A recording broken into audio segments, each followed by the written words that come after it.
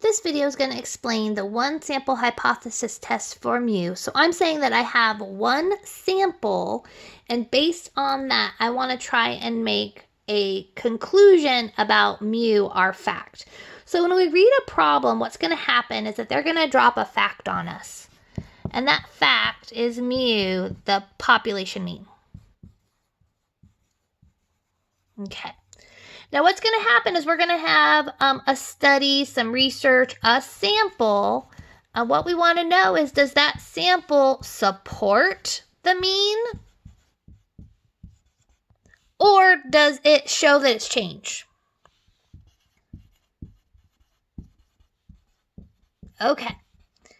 So we're going to talk about what the null and the alternate hypothesis will be for when we're doing one sample hypothesis test for mu. So the null hypothesis will always be mu equals your fact. Okay, just like in chapter 8, it was P equals a fact. In chapter 9, it's mu equals your fact. Okay, your alternate is that you think it's changed. So you either think it doesn't equal it, it's bigger than it, or it's less than it. And that fact is the same number that you write both places. So that they told me that the mean is 15, then I'm going to say that the mean is 15, and the mean either doesn't equal 15, the mean is bigger than 15, or the mean is less than 15. So I'm going to choose one of these based on the language in my problem or on my study results. Okay, now, as we saw back in chapter 8, when we're doing our hypothesis test, we're going to use StatCrunch. And when we use StatCrunch, what I'm interested in is the p-value. But what's different for chapter 9 is that we're not looking for a z-score, we're looking for a t-statistic. So we're still going to have alpha is 0.05.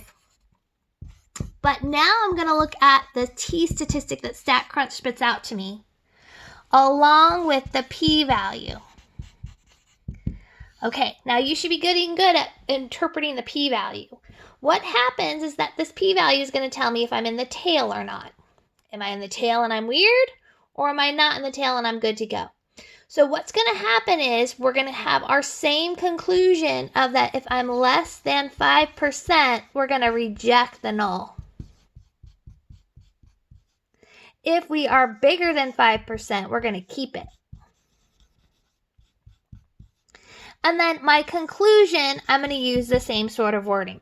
That conclusion is, according to our data, we will either say that we reject the null, so the mu has changed, or we're going to keep the null and the mean is still, in fact, the same fact we've had from the beginning. All right. I'm going to do some examples from start to finish. One is a summarized example and one is a listed example. But this is the first video on hypothesis testing for one sample means.